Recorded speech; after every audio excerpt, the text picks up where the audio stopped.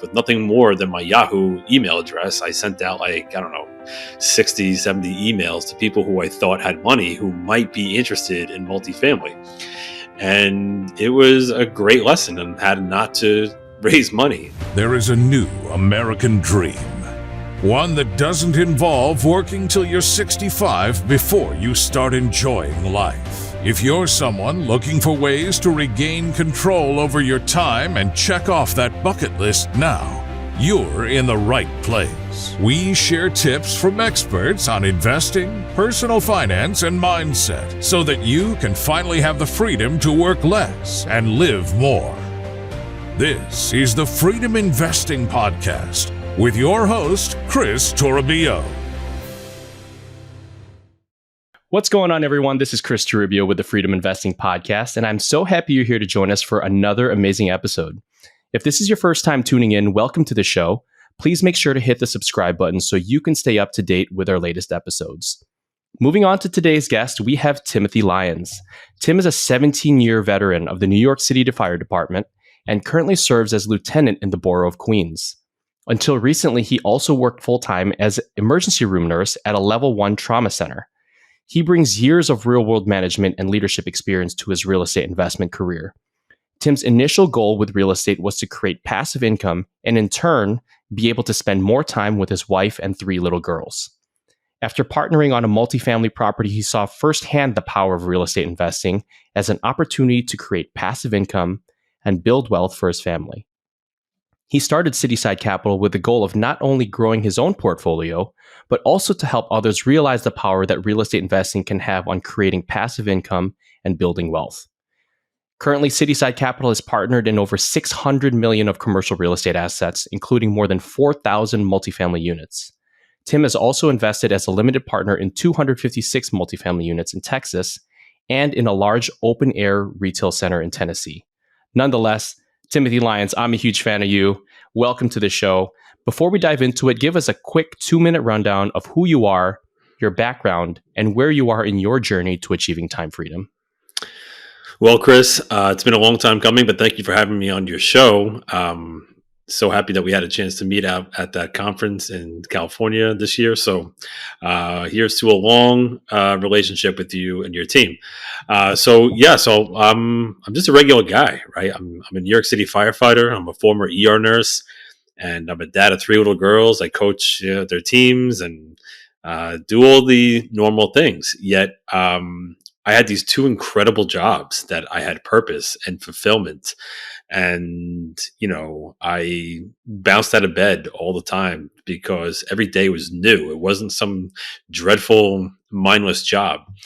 Yet at the end of the day, I felt like I was spent, right? I was working 60, 70, 80, sometimes 90 hours a week with overtime and staffing. There's a perpetual staffing crisis in the ER at the hospital, right? So you're always offered contracts to work extra hours, and I'm a worker bee, so I would always kind of take them up on it. But when my girls were small and they couldn't talk, my wife was able to stay home for a few years, and everything worked out just fine. We went on 2 vacations a year. Retirement accounts got maxed out. Bills got paid. What's wrong? How come you're not happy, Tim? Except for the fact that I didn't have my time. I was a slave to my calendar, to my car, in commuting back and forth, and there was a missing piece. And I think what that missing piece was just my time freedom. So that led me on my journey towards something has to change. And the more I've always been a kind of a guy who's into the markets, following financial education. Reading the Wall Street Journal, kind of seeing from the outside what others are doing. And I never thought I had it within me to get into real estate, but that all changed in the summer of 2019. Summer of 2019. So at this point in time, you are working 2 positions, right? So you were a firefighter and a registered nurse. Correct. And then on top of that, you decided to make the jump into real estate. So what drove you to making that decision finally after all these years? So I knew something had to change. I knew that real estate was a powerful vehicle. I just didn't know where to get started. I mean, it's like the number one limiting belief for real estate investors is they don't know who to trust, where to get started, how to get started, what do I do first? What, should I do single family, duplex? Should I do multifamily, industrial, note investing, fix and flips, wholesaling? I mean, there's no shortage of ways to make money in real estate. So which one do you do? And what you find is that people do not want to talk about money by and large, right? Like if you go to a pool party or a kid's birthday party, you don't start, hey, what do you do for a living? Where do you invest and how do you do it? Like it's just not something that people share, openly, until I found a tribe that kind of does. And, so I in my Firehouse overnight bag, I had been carrying around a copy of Robert Kiyosaki's Rich Dad Poor Dad for about a year, and I never opened it until I went on a family vacation, July of 19, to the Outer Banks, North Carolina, and I read Rich Dad Poor Dad in like one sitting.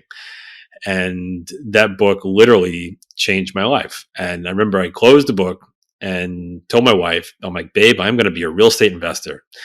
And, she supported me, because I went back to nursing school after I became a firefighter. She supported me through that. Like, she knows that I'm a hard worker and I'll get it done.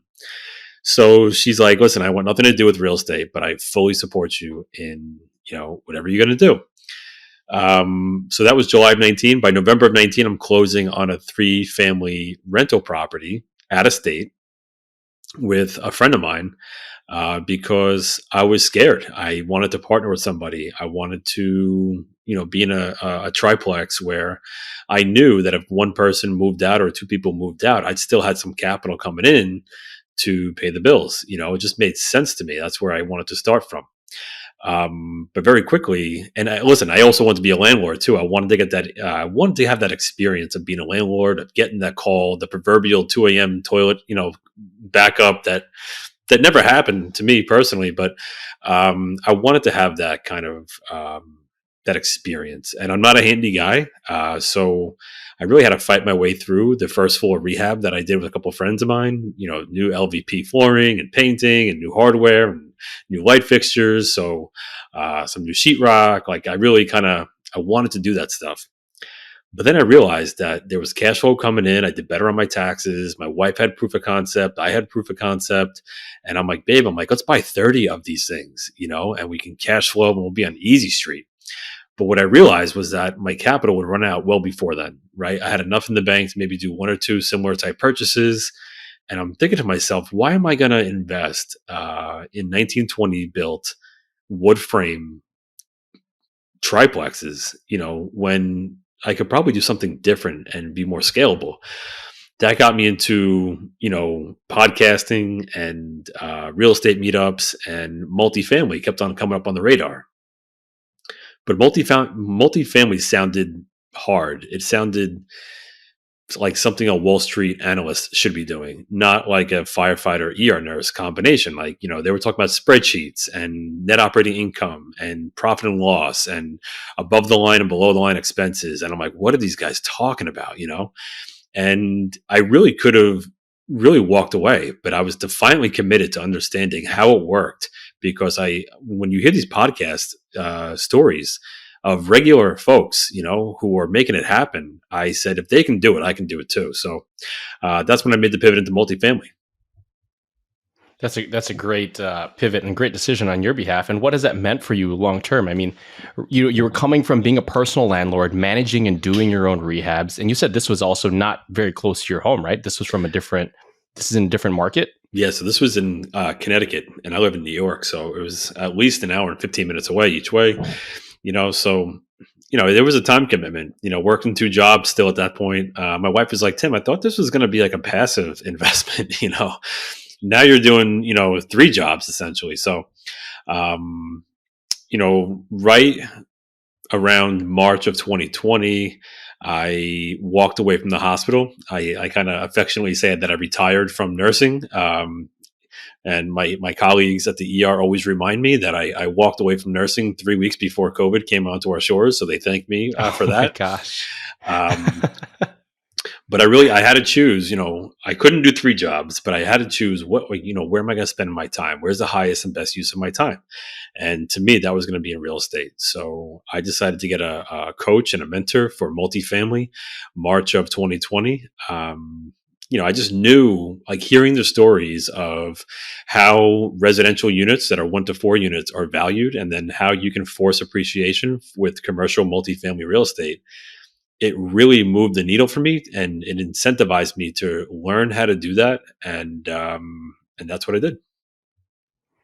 Yeah, that's a really important point that you brought up there. And for those of us listeners who don't really understand how that works, when it comes to the residential space, many people will understand this just from watching flipping shows, where if you want to increase the value of your property as a residential property, what most people end up doing is they end up updating the bathrooms, updating the kitchens, maybe throwing on a layer of paint, refinishing some of the floors, ultimately a lot of cosmetic work. And then you go based off of comparable properties that are in that area to determine what the value of that property will now be worth once all that is done. Can you kind of describe a little bit of high level on how the commercial assets are typically valued?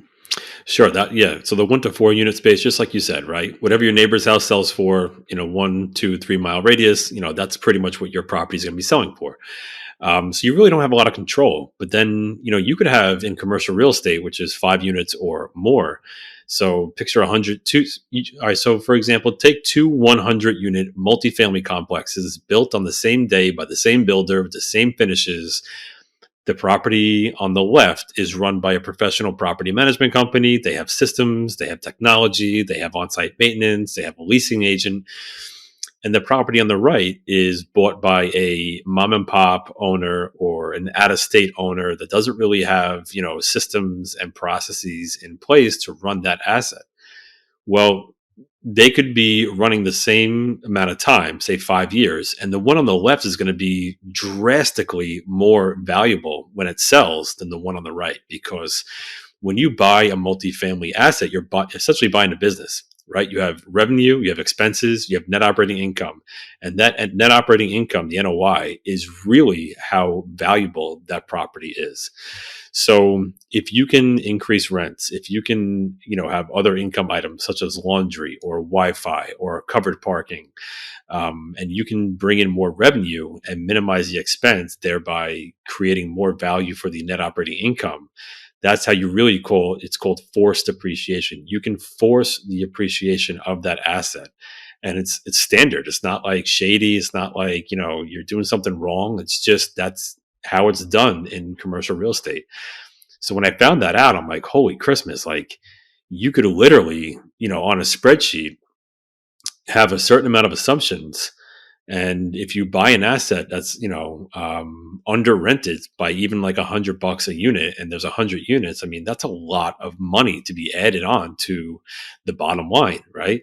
And now you can implement, a professional property management company, maybe renegotiate some of the garbage contracts or the Wi-Fi or, the laundry contracts. And you can see very quickly how you can reposition a property in a very short amount of time and either refi all your money out and now you have a zero cash basis, or you know what, you just hold on to it for a really long time and there'll be cash flow for a while. Absolutely. And, there's a lot to unpack there. Obviously, this is coming from a position where we are both active investors and taking down these type of deals. Now, for other people who are out there that say, you know what, I like the idea of real estate in my portfolio, but both of those seem like a ton of work.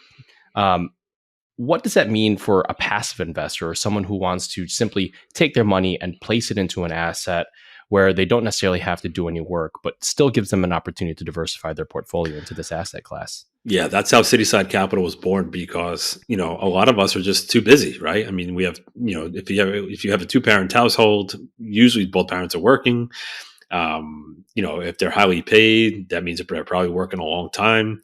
So when they come home, are the high earners, or just any earner really, are you really incentivized to start opening up the books and start learning about commercial multifamily valuations and cap rates and net operating income? Or should you ask the really important question of who and not how, right? Who is the expert in this space and how can they assist me in my goals? So if you have capital that needs to be put to work, there are plenty of people like Kris who are basically going all in, and they're becoming the expert in this space. They're the ones who are going to go acquire the property, put the debt on the property, run that property, and they're going to pay you every month or every quarter that cash flow, because that's what they do. That's what they're the expert on. So when it comes to active versus passive, you really have to make a distinction. How much time do you want to put into this? And if you don't have the time, it's either you have three things: you have time, capital, or skills, right? And if you don't have the time, you might have the capital. If you don't have the capital, maybe you have the skills, right? So that's really how people can look through the lens of their goals and say, look, I make a decent amount of money.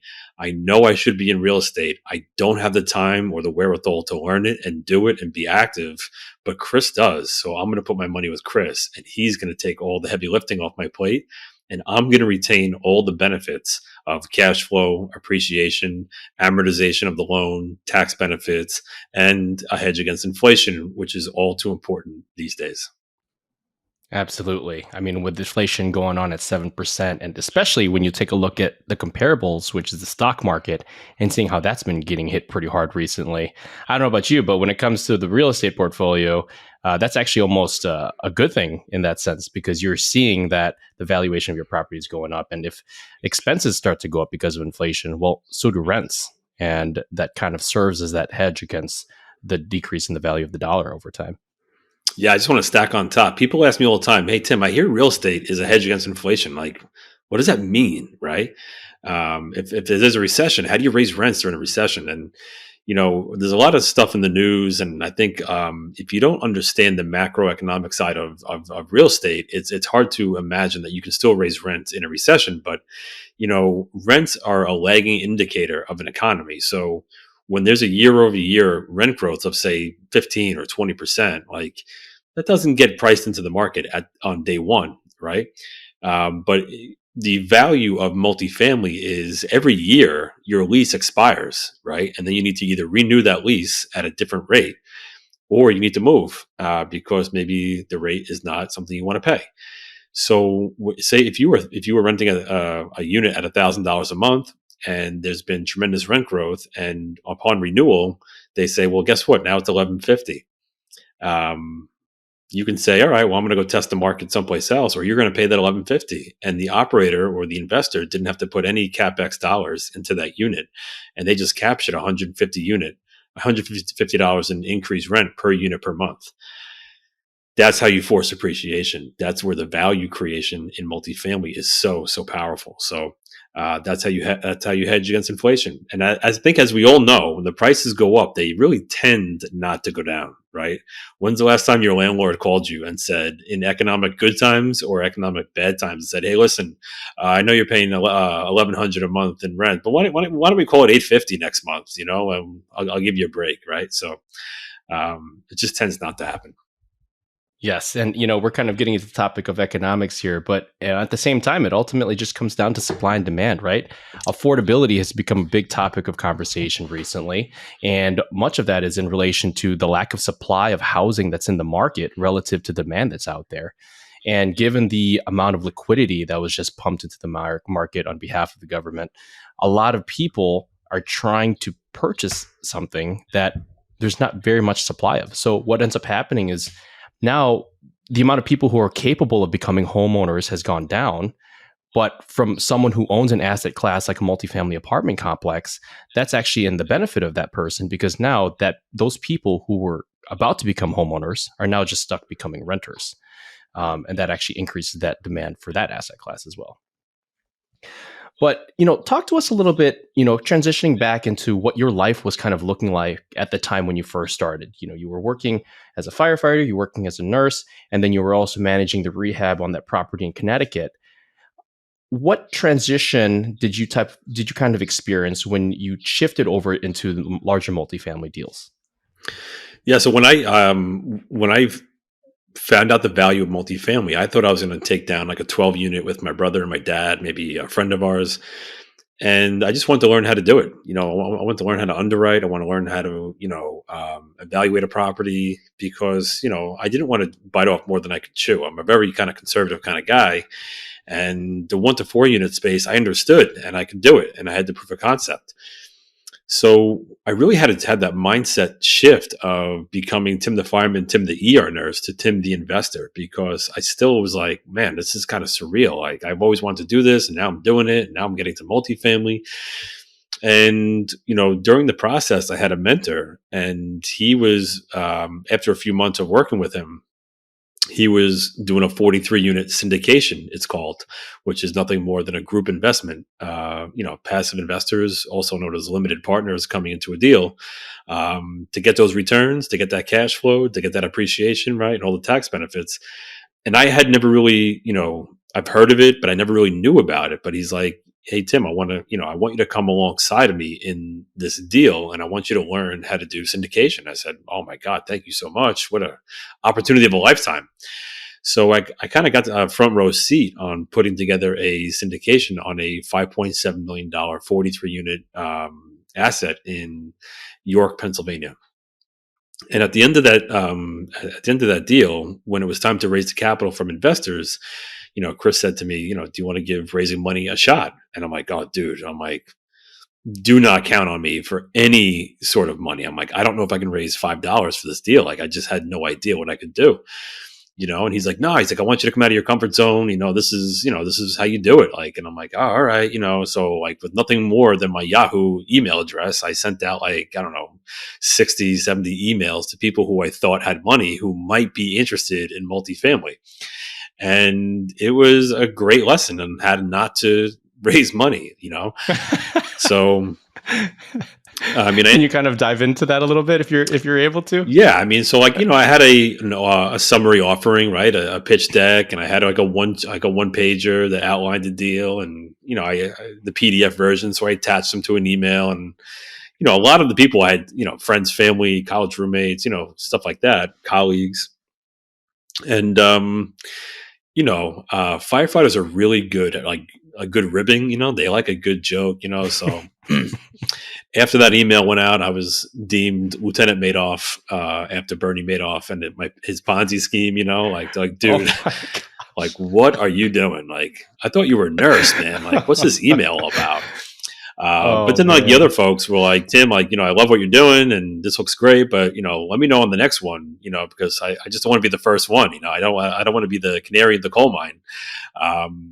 So there was a lot of that, but then we ended up raising $150,000 for that deal, which was way more than I thought I would ever raise for that deal. And when that happened, I realized that, number one, I went about it the wrong way, just peppering people with cash on cash returns and equity multiples and hurdles and IRR. And, people had no idea what I was talking about, and I barely knew what I was talking about.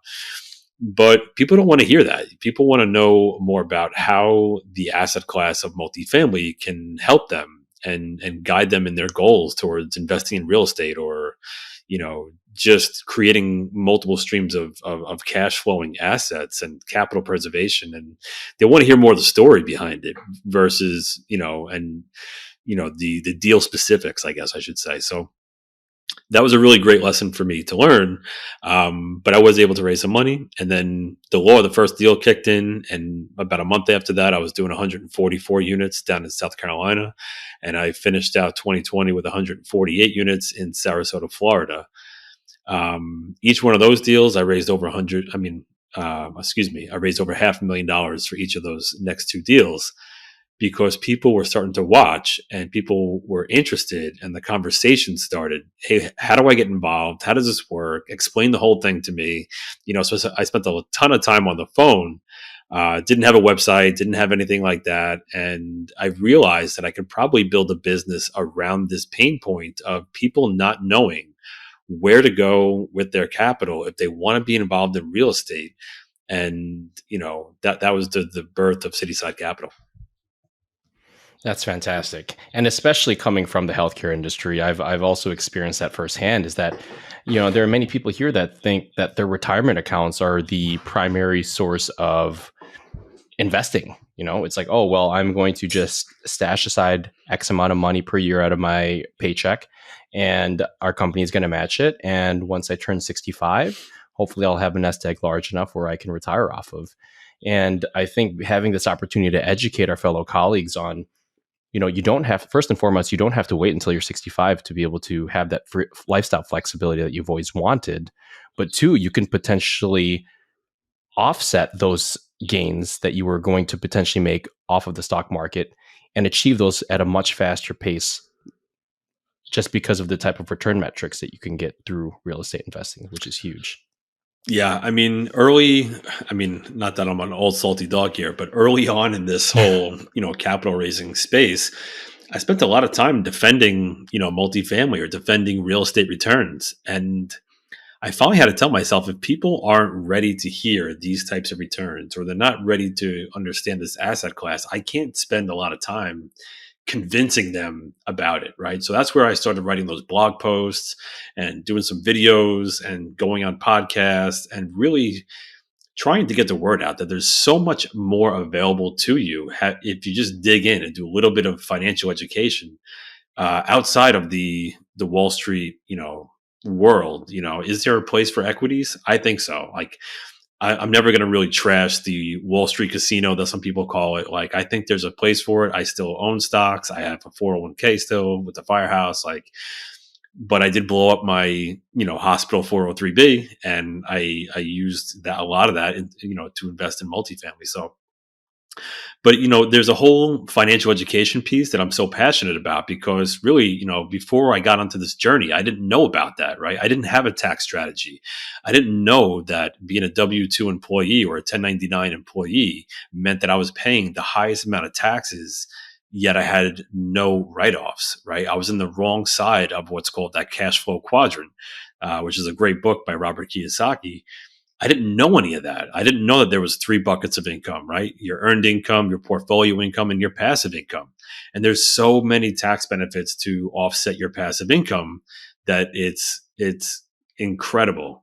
So then I started reading books about taxes, like Tax-Free Wealth by Tom Wheelwright. And I started going to, meetups and listening to podcasts about taxes. And I was like super, super involved. And I was like, man, who am I? Right. I'm like, I used to be listening to country music in the car. And now I got like audiobooks and podcasts about taxes. And, my wife's looking at me with like a crazy eye, like, who is this kid, And it's almost intoxicating, because, you can sit there and say, well, how does that guy do it? How does a guy like Donald Trump, love him or hate him? How does he pay no taxes? Well, guess what? There's a whole section of the tax code written to incentivize real estate investors, whether you're passive or active, into investing in clean, safe, affordable housing. I mean, that's a whole incentivized product from the IRS, right? So if you learn how to play the rules of the game, you can keep more of what you make, but you have to become a little bit more financially savvy and surround yourselves with people like Kris, who are doing this thing called multifamily real estate. Absolutely. And you bring up a great point in that, like, the government just incentivizes what it is that they want done. And there's a reason for that, right? If you incentivize real estate, especially with multifamily, it's what are you providing, right? What are you providing to the public? You're providing housing. If you are starting up a business, why are there so many tax benefits for people who own businesses? It's because you're providing jobs and you're helping stimulate the economy through that. And there's a lot of incentives for that, because it also comes with some risk that these active investors are willing to take on behalf of, the general population. And if you learn how to take advantage of these things, then you're going to quickly understand that you can harness these, and that can mean a lot, not only for yourself, but the communities in which you live and work through. Tim, we are getting on to the end of today's show here. But before we finish, it is time for the Freedom 5. These are 5 questions that we ask every guest on our show, starting with the most important question, which is, what is your why? What is the underlying motivation behind everything it is that you do? It's the 5 freedoms that one of my mindset coaches brought up. It's financial freedom, time freedom, freedom of relationships. Who are you spending your time with? Who are you surrounding yourself with? Who are you choosing to allow into your life? It's geographical freedom, the power to, move about as you see fit, if you want to live in a different place or travel. And it's the freedom of purpose. Like, I just totally, I'm in love with the fact that I could serve so many people by doing what I do, even though I had the fulfillment and the purpose in my other 2 jobs. Love that. Love that. You're gaining yourself 3 additional freedoms there by transitioning to this. No That's doubt. huge. The second question is, what book has had the largest influence in your life? Holy Christmas. I mean, I don't want to be too cliche and say Rich Dad Poor Dad. So I'm gonna say The Wealthy Gardener by John Sofuric. Wealthy Gardener by John Sulfuric. Got to check that one out.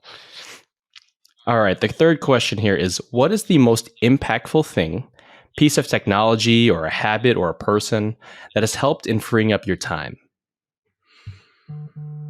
I'm going to have to go ahead and say my Google dashboard with my calendar and automations and just my whole business run off the Google Suite. So, yeah. Yeah. Yep, that's huge. Project management software. We use ClickUp, and it's a project management software as well, and that has done wonders for freeing up our time as well. Yes, sir. What is the number one piece of advice you would give to anyone looking to achieve more control over their time? It would be a simple equation that one of my mentors, bestowed upon me, which is education times action equals your results, right? You can always take in one more podcast. You can always read one more book. You can always go to one more conference. But until you take that action, the application of that education will be almost, fruitless, right? So it's get that education, but also you have to take that next step and take that action. I love that. Yeah, I was just having a conversation with Ryan Johnson, who is also a healthcare provider, and as I was telling him, we are always trained that we have to know every single possible thing that can go wrong as healthcare providers before we take any sort of action, and that's because we have someone's life on our hands. But the reality is, when it comes to business and entrepreneurship, or even just investing in general, education can only take you so far. A lot of times people tend to undervalue the education you get just from taking action. And so if you can combine yourself with a foundation of education, as well as taking action and learning from whatever gets thrown your way, that'll definitely allow you to succeed at a much more faster rate. Love that. And the fifth and final question, what is the best way for our listeners to get in contact with you? Yeah, you can come check us out on our podcast called the Passive Income Brothers Podcast on all the major platforms. Or just come check me out at citysidecap.com, and we got some free downloads there and some information. And I'm on all the major social media channels. Fantastic. You make sure you guys check Tim out, citysidecapital.com. Tim, tons of great information today. I really loved how you talked about your transition from working 2 jobs and being a small landlord to scaling into such a much larger portfolio and running a full-time real estate business. I loved how we touched based on the economic insights that we have and why real estate is a great hedge against inflation. And overall, ton of great content, mindset as well. I just want to thank you again for being an amazing guest, and I look forward to remaining in touch, my man. Awesome. Thank you for having me. Now, if you like this show and want to learn more about how we can help you free up your time through passive real estate investments, check out www.freedominvesting.com. Make sure to subscribe to our monthly newsletter and schedule an introductory call with our team.